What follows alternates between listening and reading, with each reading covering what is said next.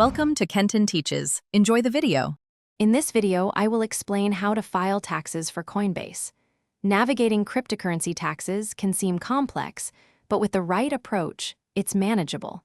We'll cover the key steps to ensure you accurately report your Coinbase transactions to the tax authorities. Proper reporting helps you avoid potential issues and ensures compliance with tax laws.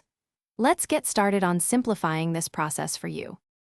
It's crucial to understand what constitutes a taxable event in the world of crypto. Generally, selling your cryptocurrency for traditional money, like US dollars, is taxable. Also, exchanging one crypto for another, such as Bitcoin for Ethereum, counts as a sale and purchase.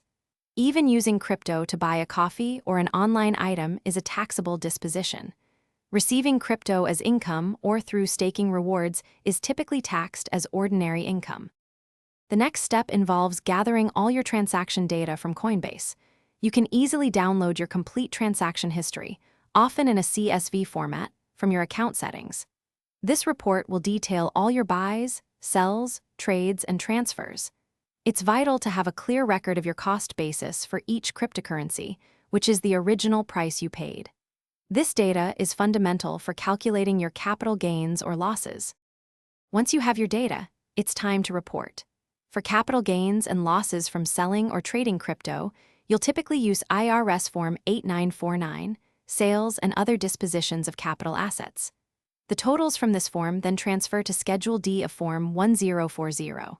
Many people find crypto tax software helpful for automating these calculations. For more intricate scenarios, or if you need personalized guidance, consulting a tax professional specializing in cryptocurrency is highly recommended. Thanks for watching. Please subscribe if this video was helpful.